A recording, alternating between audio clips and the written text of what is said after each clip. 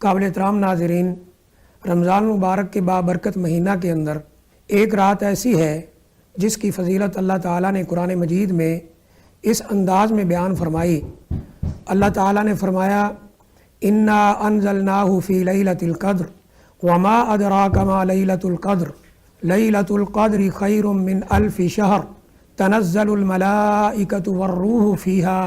باذن ربہم من کل امر سلام ہی حتی مطلع الفجر۔ اللہ تعالیٰ نے فرمایا کہ یہ رات ایسی رات ہے کہ یہ 1000 مہینوں کی عبادت سے بہتر ہے۔ اگر 1000 مہینوں کو ہم سال پر تقسیم کریں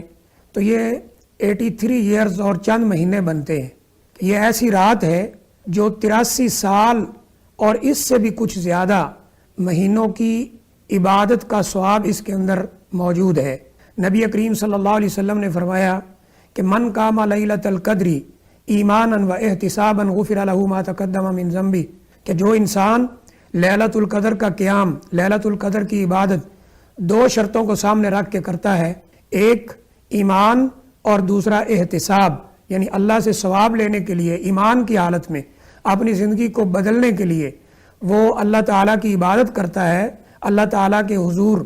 وہ روتا ہے، اللہ تعالیٰ کے حضور نفل نوافل میں اس رات کو گزارتا ہے، اپنے گناہوں کی معافی مانگتا ہے، اللہ تعالیٰ اس کی پچھلی ساری زندگی کے گناہوں کو معاف کر دیتے ہیں۔ اس رات کی ایک اور فضیلت بھی بیان ہوئی۔ اللہ تعالیٰ نے سورہ دخان کے اندر فرمایا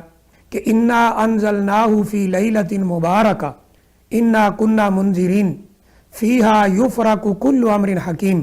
کہ یہ قرآن مجید ہم نے اس بابرکت رات میں نازل کیا، اور اس بابرکت رات کے اندر اللہ تعالیٰ نے فرمایا کہ ہر حکمت والے کام کو تقسیم کیا جاتا ہے، سال بھر کے کاموں کو بانٹا جاتا ہے۔ اللہ تعالیٰ نے اس بات کی وضاحت فرما دی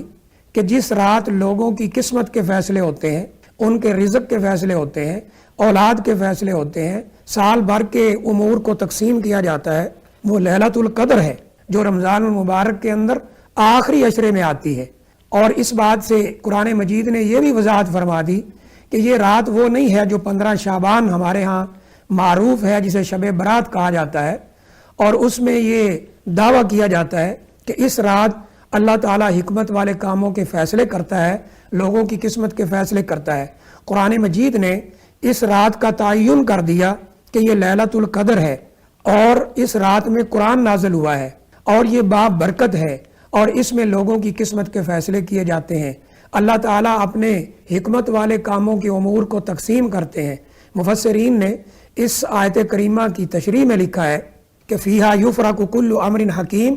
اس میں لکھا ہے کہ یہ سال جو دنیا میں موجود ہے رمضان المبارک، اس کی لیلۃ القدر سے لے کر آئندہ لیلۃ القدر تک 1 سال کے لیے اللہ تعالیٰ اپنے حکمت والے کاموں کو تقسیم کرتے ہیں، امور کو تقسیم کرتے ہیں۔ اس میں لوگوں کی رزق کے فیصلے، ان کی قسمت کے فیصلے ہوتے ہیں، اولاد کس کو دینا ہے، کس کو نہیں دینا ہے، یہ سارے امور اس میں تقسیم کیے جاتے ہیں۔ یہ بات تفسیر ابن کثیر کے اندر، تفسیر قرطبی کے اندر، تفسیر ایسر المیسر کے اندر اور معتبر تفاسیر کے اندر موجود ہے۔ اور نبی کریم صلی اللہ علیہ وسلم نے یہ بات بیان فرمائی کہ اس رات کو رمضان مبارک کے آخری عشرے میں تلاش کرو، آخری طاق راتوں میں تلاش کرو۔ یہ یا 21 کو ہوگی، یا 23 یا 25 یا 27 یا 29، اور جو اس رات کو عبادت کرے گا، اللہ تعالیٰ کے حضور اپنے گناہوں کی معافی مانگے گا، اس کی ساری زندگی کے اللہ گناہوں کو معاف کرتے ہیں، اور اس کا ثواب 83 سال کی عبادت سے بھی زیادہ اللہ تعالیٰ اس بندے کو عطا کرتے ہیں جو اس رات کو عبادت کے اندر گزارتا ہے۔ اللہ سے دعا ہے اللہ مجھے بھی اور آپ کو بھی عمل کی توفیق عطا فرمائے۔ وآخر دعوانا الحمد للہ رب العالمین۔